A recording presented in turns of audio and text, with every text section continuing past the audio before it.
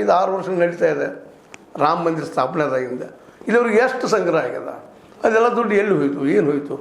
ಇದು ಹಿಂಬರಿಷ್ಟ 3,000 ಕೋಟಿ ಮೇಲೆ 3,000 ಸಮಥಿಂಗ್ ಏನದ ಅಷ್ಟೇನಾ ಅನ್ನುವಂಥ ಪ್ರಶ್ನೆ ಮಾಡ್ತಾ ಇದ್ದಾರೆ.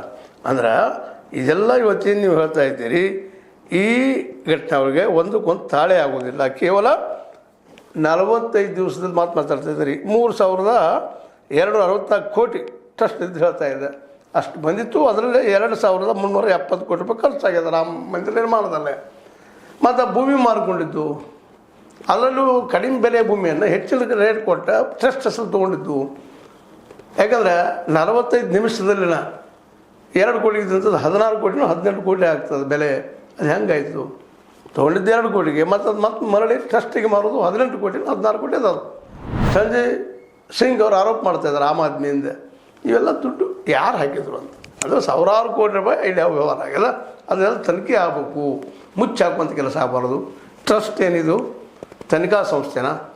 ಟ್ರಸ್ಟ್ ಮೇಲೆ ಆರೋಪದ ಇವತ್ತು. ಅದರಲ್ಲೂ ಯೋಗಿ ಆದಿತ್ಯನಾಥ್ ಅವರು SIT ಮೊದಲು ನೇಮಿಸಿದರು. ಮತ್ತು ಇನ್ನೊಂದು ಭಾಳ ಸ್ಪಷ್ಟವಾದ ಏನಪ್ಪ ಅಂದರೆ 5ನೇ ತಾರೀಕಿಗೆ 80 ಲಕ್ಷ ರೂಪಾಯಿ ವ್ಯವಹಾರ ಆಗಿದೆ ಅಂತೇಳಿ ಅಲೋಕ್ ಕುಮಾರ್ ಅವರು ಇದು ನಮ್ಮ ವಿಶ್ವ ಹಿಂದೂ ಪರಿಷತ್ತಿನ ಅಧ್ಯಕ್ಷರು ಹೇಳ್ತಾರೆ. ಅದೇ 7ನೇ ತಾರೀಕಿಗೆ ಚಂಪತರಾಯರು ಅಲ್ಲಿ ಏನು ನಡೆದಿಲ್ಲ ಅಂತ ಹೇಳ್ತಾ ಇದ್ದಾರೆ. ನಂತರ 25-26ನೇ ತಾರೀಕಿಗೆ ಅಲ್ಲಿ 80 ಲಕ್ಷ ಇತ್ತು ಅಂತ ರಿಪೋರ್ಟ್ ಮಾಡಿದ್ರು. ಇವೆಲ್ಲ ಏನಿವು?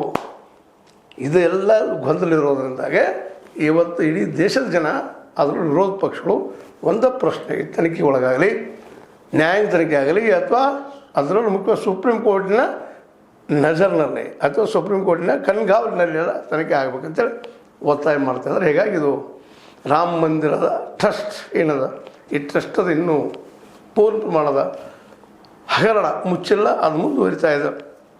ಟ್ರಸ್ಟ್ ಏನೋ ಮುಚ್ಚೋ ಪ್ರಯತ್ನ ಮಾಡ್ತು. ಅದರಲ್ಲಿ ಮುಖ್ಯವಾಗಿ